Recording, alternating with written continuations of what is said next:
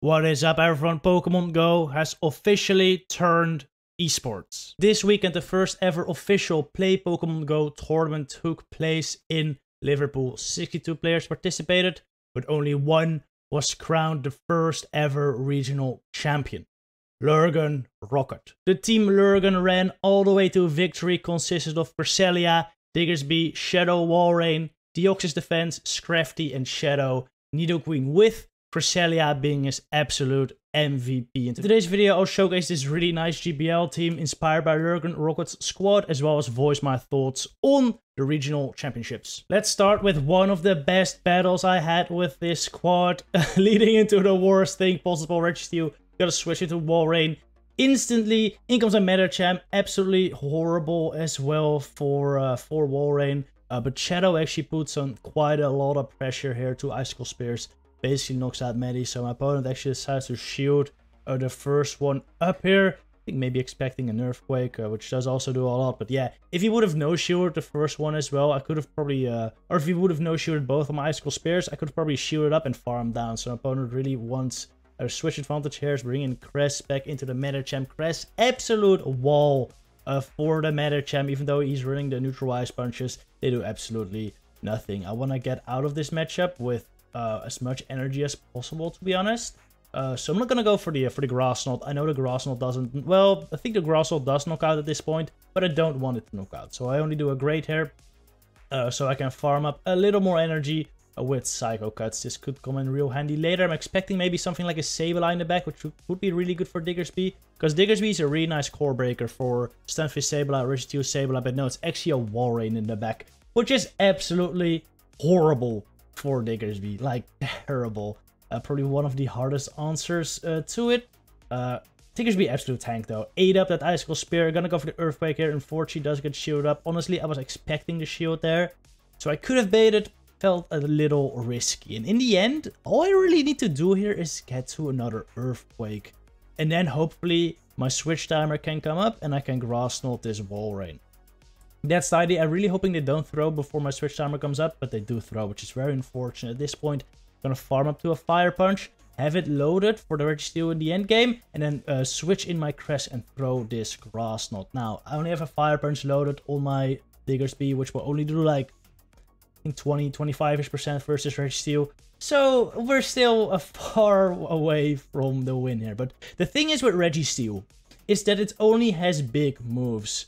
Focus Blast, 75 energy. I'm only like 3 or 4 Mudshots off from my Earthquake as well. So if they kill me right here with Zap Cannon, I'm gonna outpace him to a move. So what my opponent does here is actually quite smart. He throws the Focus Blast, hoping that it does enough to where he can now lock on me down. He can't, because Cresselia is an absolute monster. So he throws another Focus Blast, he undercharges it even. But since my switch timer's up, I can switch here. 3 Mudshots, throw the Earthquake, and that is a GG. Diggersby really coming through right there. Very nice. So yeah, anyway, let's talk about the Play Pokemon Go World Championship Series. If you don't know what that is, it's the official Pokemon Go competition hosted by the Pokemon Company itself. Or it's actually hosted by Play Pokemon officially, but that's just the competitive side of the Pokemon Company. They also host the video game championship, so you know, the main series games competitions, and the trading card championship. So this is the real deal. This is actually the real deal. They're hosting a whole bunch of tournaments over the next couple of months, all in person, at different locations all across the world. I'll post the link down in the description below with all the information. I know for you Europeans out there, there's one next month, the end of May, actually on Community Day. No, not May, next month is April. Next month in April, like during Community Day, I think that's the 23rd, 24th, in Frankfurt, where I'll personally be going. So, you know what, maybe also can see some of you guys there. That'd be awesome. But yeah, they're all across the world. Again, in the description if you want to find them. And all of these competitions, they serve as like if you win them, you get a spot for the World Championship. And these will be held in August in London, and that's where we will finally find out who's the best Pokemon player in the world. And that's not the only thing. There's actually quite a lot of prize money involved as well. The winner of the Liverpool Regionals actually got away with like $1,000 and a couple booster boxes, and second, third, fourth place also got something. This was a small tournament. It was a regional tournament. If you go to like an international tournament, which is Frankfurt this next month, like the prize money can get up to like a couple thousand for the winner. So not too bad, not too bad. So it is really the real deal. We are actually talking esports level here, which is exciting. If you've been following me for longer, you know I'm a very competitive player. I used to play the Sylph Arena a lot. I still do a little bit of Sylph Arena, but not as much as I used to. And I would love this game to thrive in a competitive environment, and I think the game has the potential to. But the game is shit at the moment. Let's be real. It's shit. We all know it's shit. But there are bugs all around, right? There are bugs all around. And luckily, it seems that they are committed to fixing, squishing most of this season, which is why we're in right now. So far, though, hasn't really happened. Yeah, we really do need to see those fixed before it's actually competitive. So honestly, I wasn't that excited even to see like the Liverpool Regionals, because I thought, you know, it's gonna be a shit show. But honestly, it looked better than I was expecting. Actually looked better than I was expecting. First off, everyone was playing on the exact same device provided by the event. They were all on the same Wi-Fi, which was a Wi-Fi separate from like all the other Wi-Fis. It was like a Wi-Fi specifically meant for the Pokemon Go event, which meant that everything actually ran smoother than expected. From what I heard from all the participants, or from the participants I talked to, there really wasn't that much lag. At least it was less than you would get when you're just playing GBO at home, which is a good thing. Still, there was some, so there's some room for improvement there, but not as much as we were expecting, which is a good thing. However, there's definitely were still like just standard game issues, you know, something like fast move denial, definitely still a thing. If you got a fast move through during a charge move or not, it's still very random, which is of course a very bad thing. If we want to take this game seriously like in esports, all these inconsistencies, they have to be fixed, and soon. Otherwise, the whole championship series is just a joke. Let's be real. It's just a joke. If it gets fixed though, I am incredibly excited for the future of this game. Like, incredibly excited.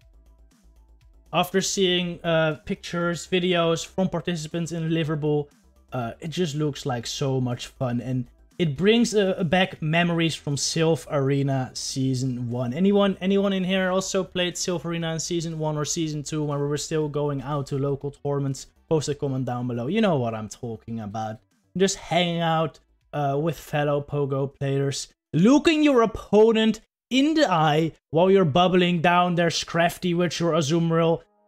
There's no better feeling. There's honestly no better feeling. It is much more exciting. It is much more exciting than just, you know, sitting on your couch and playing the game, which, you know, is also fun, but just in person, being able to look your opponent in the eye just adds another element of competitiveness, which I love. Besides that, I saw some battles, some games in the finals from the finals, and they were absolutely epic. Like the finals were between LurganRocket, of, you know, which team I'm basically showcasing today, or I'm showcasing 3 of his team, versus Statistan, another amazing player, and they had amazing battles. So that was very, very hype. I'm hoping we can see more of those. Unfortunately, the Liverpool Regionals had no like official live stream.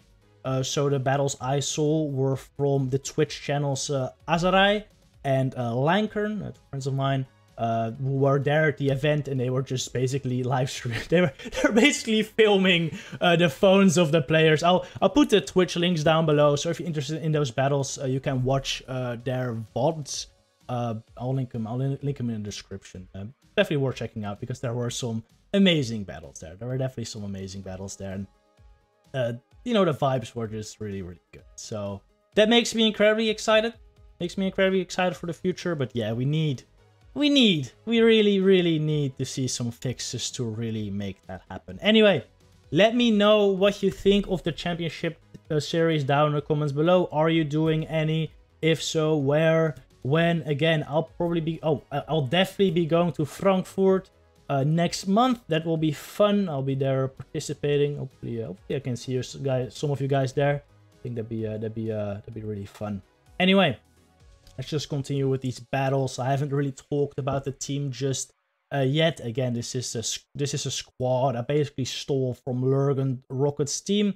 The regional championships, the whole championship series actually played in a different style than Go Battle League. Actually, in Go Battle League, you just pick 3 Pokemon and you go in blindly without knowing what your opponent's gonna bring. But with the championship series, it's a pick 6, or how are they calling it? I don't know. I've always called it show 6, pick 3. Oh, they're calling it bring 6, pick 3, I think is what they're calling. Basically, you need to have a team of 6 ready, which you will show your opponent.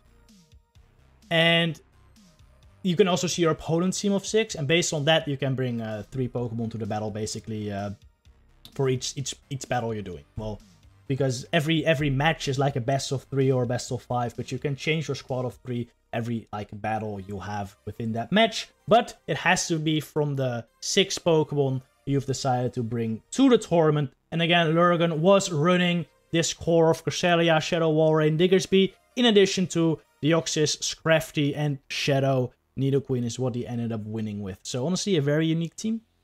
There are a lot of very unique teams out there. I think the second place was running Mandibuzz, Lickitung, Drapion, regular Drapion, Shadow Swampert, Deoxys Defense, oh, and Cofagrigus. I saw that Cofagrigus do so much work. Not a Pokemon you see that often in GBL anymore, but actually put in so much work in the championship. So that was fun to see some very, very unique teams. Yeah.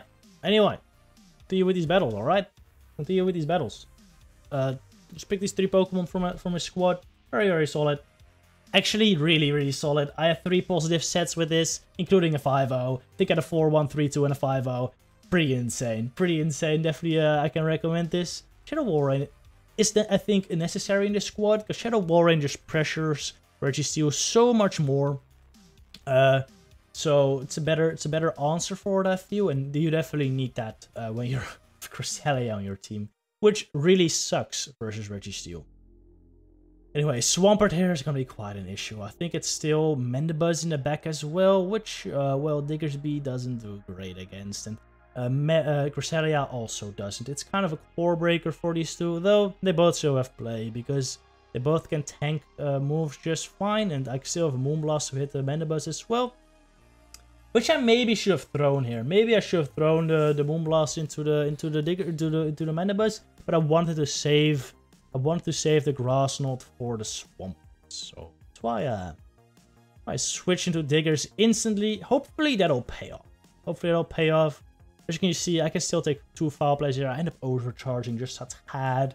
It's a bit of a misplay, but if I threw 1 earlier, they would have got a full free snarl probably, so it's not that big of a deal. Look at these Fire Punches though, they do absolutely nothing. This is where Hyper Beam Diggersby actually comes in useful, but you really want the Earthquake for everything else, so I definitely don't recommend you bring Hyper Beam. You need Earthquake for those Steel types. They bring in Swampert again. I'm switching Cress. I'm still outside of range for maybe even an Earth. Actually, I think I died to Earthquake with some more mud shots, but I definitely survive Hydro. I'm gonna no-shield this. Again, we have a little bit of stutter lag, which is very unfortunate. Don't think it's gonna matter though. Gotta throw this Grass Knot immediately. At this point, they're basically... I think I can shield up the next Hydro and barely outpace him to the next Grass Knot. They've definitely overfarmed, I think, by 1 mud shot here. But if I throw this Grass Knot immediately, I should be able to get there before they get to the next Hydro, take out the Swampert, and then somehow I gotta take out the Mandibuzz. It is still outside of Fire Punch range, I think, but the timer is up. The timer is up. Do you see that? 10 seconds. You know how long it takes to fire a charge move? Basically 10 seconds. So the timer is up, they don't get to throw the foul play, and I win the game because I have 2 Pokemon remaining and they only have 1. Let's go. GG. Alright, Noctowl Lead. Very, very interesting. This is actually not that great of a matchup for Cresselia because Noctowl does pack the Shadow Ball these days, which is not ideal. Yeah, it's definitely not ideal. I'm gonna try to catch it on my Walrein here. Very good catch. Very good catch. Actually, I didn't expect to catch here because they threw like another wing attack into my Walrein, but they actually did end up throwing the Shadow Ball, which still wasn't that. It's not a bad play by them, to be honest, because Shadow Ball actually does more than Sky Attack. So maybe that was their thought process. Maybe I didn't catch. I don't know. Anyway, it was fine with me. They threw the energy into my Walrein. That's good. In comes my champ. His thing. Look at it. Good pack payback. So I'm gonna shield this because they definitely have enough energy. Here I kind of miscounted. It's 7 counters and then 6 counters for Rock Slides. I know that, but I thought there were 12, but they weren't there. But no, there were 13, and we CMP die. That's very awkward. I wish I threw a 1 before, so I didn't have to take this damage. I'm gonna undercharge to get more energy, but I just did too much bubbles, so not a great execution by me, but it's still fine. In comes Galarian, Stunfisk, and this looks like a nice little piece of breakfast for my Diggersby at this moment, because Diggersby loves pancakes. The problem is there's also still a bird in the back, and well, Diggersby, I think it might be a vegetarian, so doesn't really eat birds. Doesn't really eat birds, as you saw with Mandibuzz earlier. This Fire Punches do nothing, and it's the same for Noctowl. An Earthquake would be even less though, so my opponent tries to catch the EQ there, which luckily I anticipated, and I throw a Fire Punch into this thing. Looks like I'm still gonna need 4 of them though, which is really, really bad. Well, if I can... I think maybe 2? No, the next one will still leave him at like 1 HP. Unfortunately, I end up CMP dying here. Diggersby loses the CMP. I think my opponent can win this now if they no-shield it. I feel like no-shooting is their play. So... because then I'm energy dried, which is why I end up undercharging. Undercharge, hope to mutual down. They get to another Sky Attack here. And now I'm gonna try to catch the next one on Cress. I need energy here. I need energy here to kill the Stunfisk. So I'm gonna try to catch the move on Cress. Just Fire Punch. I was at 100 energy. Honestly, I should have just Fire Punched before the Sky Attack. Oh, I am, dude. I need to close. I have turned off that menu. I have like this swipe menu on the right side of my screen. And I keep swiping that while I'm doing charge moves, and it brings up apps and stuff. I've actually missed so many bubbles because of it, but I've turned it off now because I'm done with it. Anyway, Earthquake, Fisk. Bye bye. Fire Punch and Noctowl. That's a GG. That's a GG. Apparently Diggersby does eat the birds, so very nice. GG's. Alright, Cress into Jelly. Not a great lead. Not a great lead. This is actually kind of a painful Pokemon for my team. Cresselia can actually deal with it though, because 2 Grass Knots do knock out, and Cresselia is such a tank that it can tank these Shadow Balls easily. Easily. I'm not gonna shield because sometimes they Bubble Beam and it's just painful, but I probably should shield because most honestly Shadow Ball. And shooting that will be quite nice because you save a lot of health and it will be easier for your Pokemon on the back. They actually shield again, which is wild. Which is so wild. I'm guessing they're gonna Shadow Ball here, so I'm gonna shield it up. Very nice. Very, very nice. I'm hoping to get to the Earthquake before their move, which I do. That's really good. This will do a lot of damage on the Jellicent. They should be at another Shadow Ball like right now. Which I throw. I'm gonna shield here. This is definitely a shit. They have no reason. I already almost killed them. There's no reason to... They Bubble Beamed. I wasn't expecting that. That is very unfortunate. And that's actually gonna be pretty huge. Oh, I do it again. Oh my god. Freaking app widget. So done with that thing. Alright. I turn it off. I turn it off. Next, it won't happen next video. Alright, Bastiodon comes in. I decide to switch out, which ends up being a big mistake. There's an Altaria here. And, yeah, Diggersby doesn't like to see Altaria, alright. Look at these Fire Punches. That's nothing. That's so bad. That is so bad. And the problem is, Cresselia is almost dead. Walrein is basically in Sky Attack range. Not good. This is not good. This is really quite bad. Honestly, I'm gonna speed this up a little bit. They go for the Sky Attack. I catch on Cresselia. I die before I can get to a move. Now I bring in Walrein to try to take out the Altaria. They're basically energy dry. I can throw like 5 more, but they bring in Bastiodon. This is not terrible. Icicle Spear wouldn't kill him though, so I have to go for the Earthquake, but they get to the move and they kill me, and now it's over. Because Diggersby can't do anything versus Altaria, so yeah. Don't switch lock your Diggersby and Altaria, everyone. It's painful. Anyway, that was it for today. Hope you enjoyed this video. Let me know what you think about the Play Pokemon Go World Championship down in the comments below. Let me know what you think about this team. Congrats to LurganRocket once again on the big win, and hope to see everyone next time. Alright, see ya, bye-bye.